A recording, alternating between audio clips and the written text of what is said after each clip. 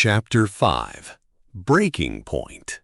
The rain had started before dinner.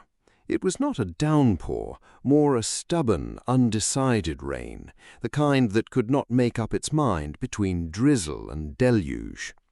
The stone slabs of the courtyard gleamed dark under the lamps, and the statue of Cavendish looked less as if it were rising from the ground than surfacing from water.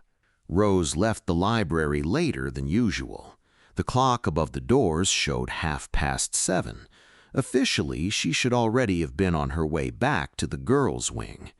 She paused for a moment under the overhang, watching the rain draw thin lines through the air. She could have run. She could have waited it out. Instead, she turned up her collar, clutched her book tighter to her chest, and stepped into the rain. The air was cold, saturated with the smell of wet stone and damp grass.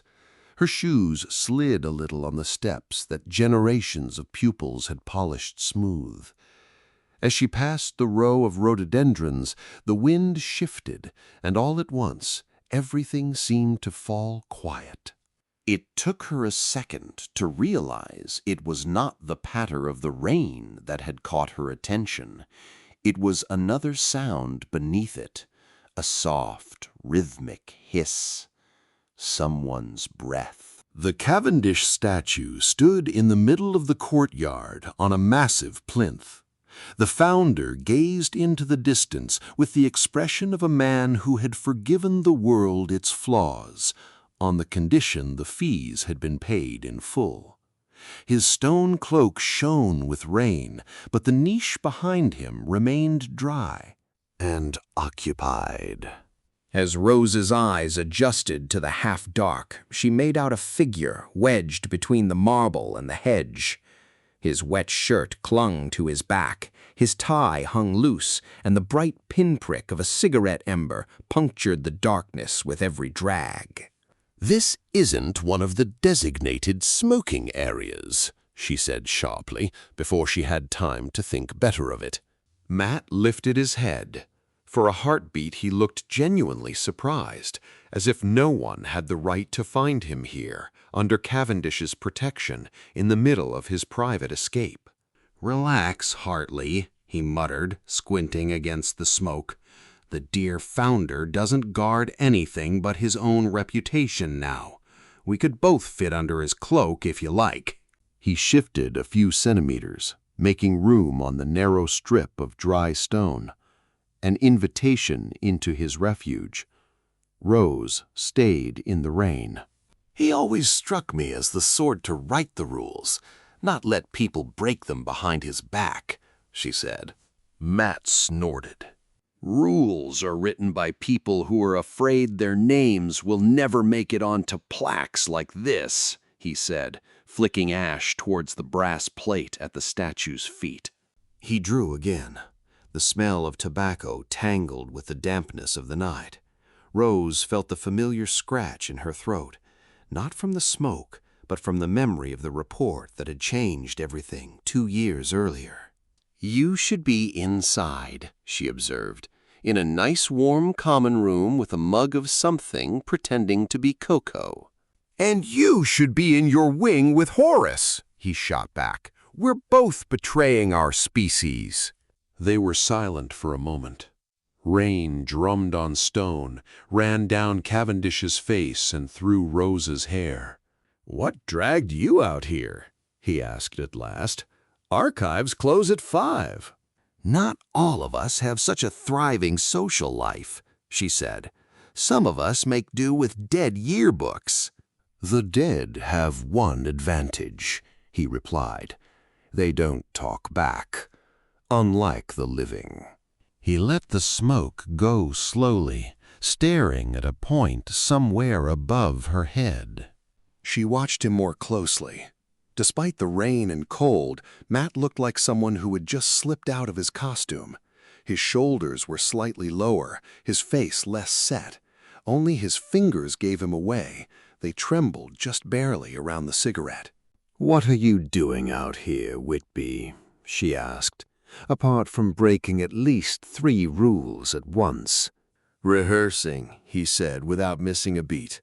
Ancient tragedy, isolated hero, rain, statue. All I'm missing is a chorus. "You've got the chorus in the common room," she said, tilting her head towards the building. "Gossip carries better than echoes." He gave a crooked smile. Gossip doesn't tell the truth, he said. It tells you what people are afraid of. "And what are you afraid of?" The question slipped out of her faster than she meant it to. He was quiet. The ash at the end of his cigarette grew dangerously long before he tapped it onto the wet gravel. "That I'll end up exactly what they want," he said at last, "and won't even notice." She did not have to ask who they were. His father, his family, the headmaster, the entire marble system.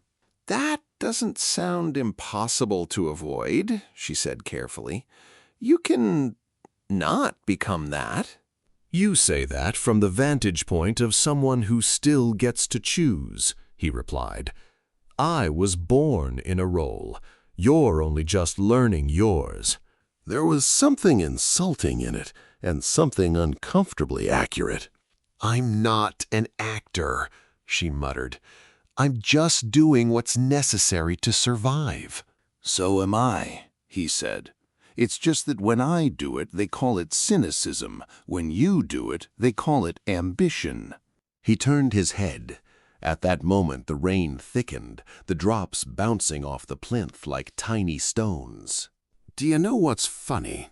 he said after a pause, "and perversely ironic? Since our first year, you're one of the only people here who actually listens to what I say, instead of to my surname." "I don't listen," she denied automatically. "I analyze." "Even worse," he muttered.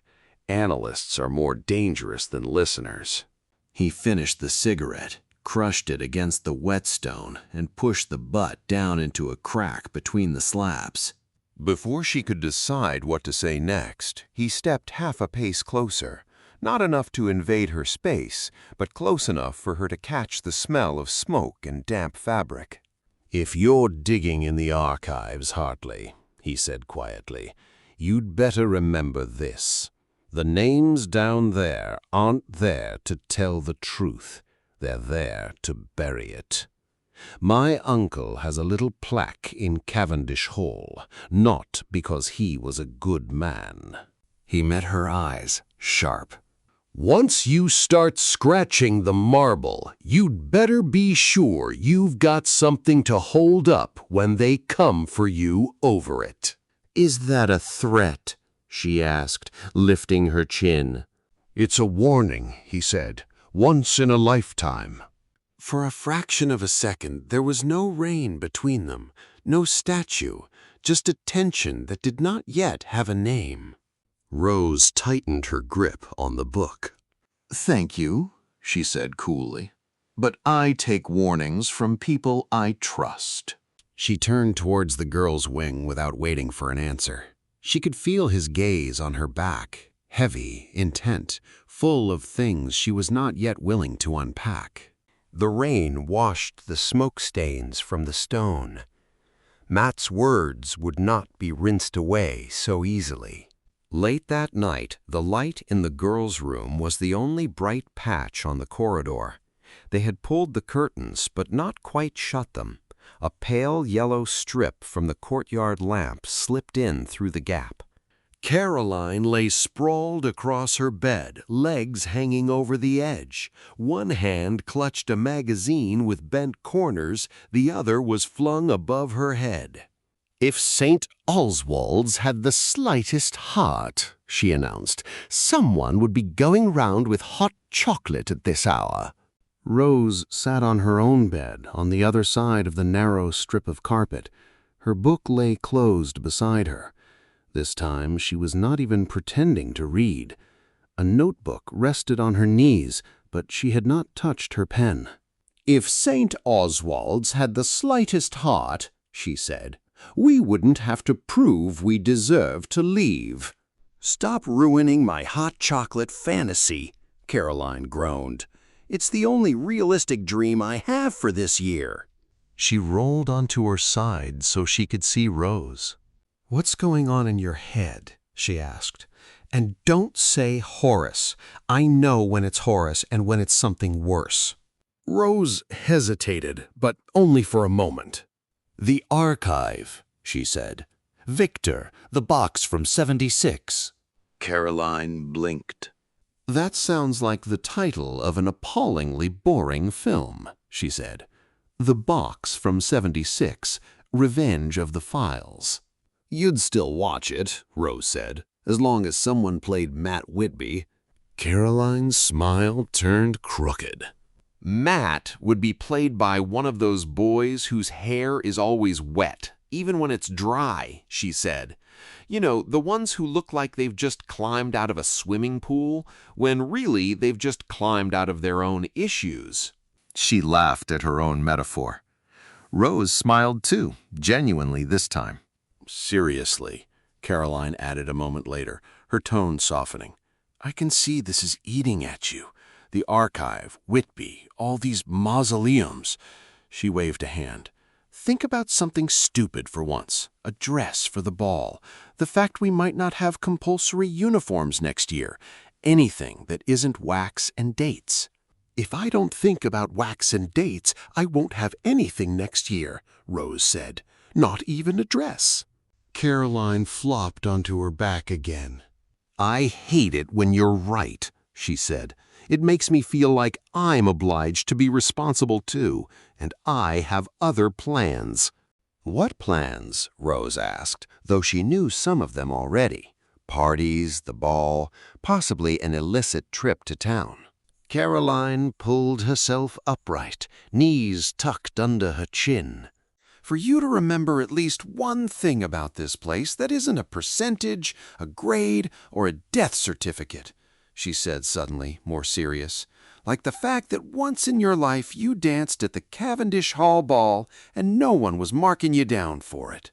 Rose looked at her, surprised.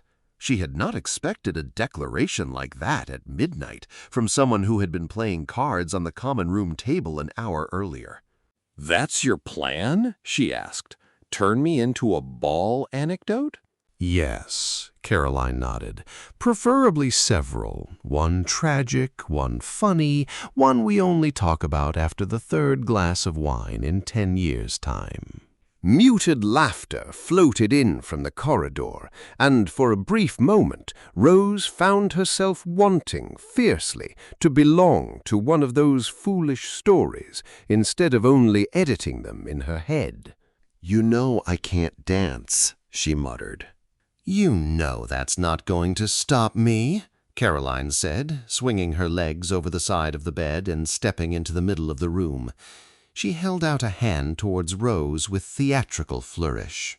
"If you please, Miss Hartley, preparatory lesson before Cavendish gets to see your moves live."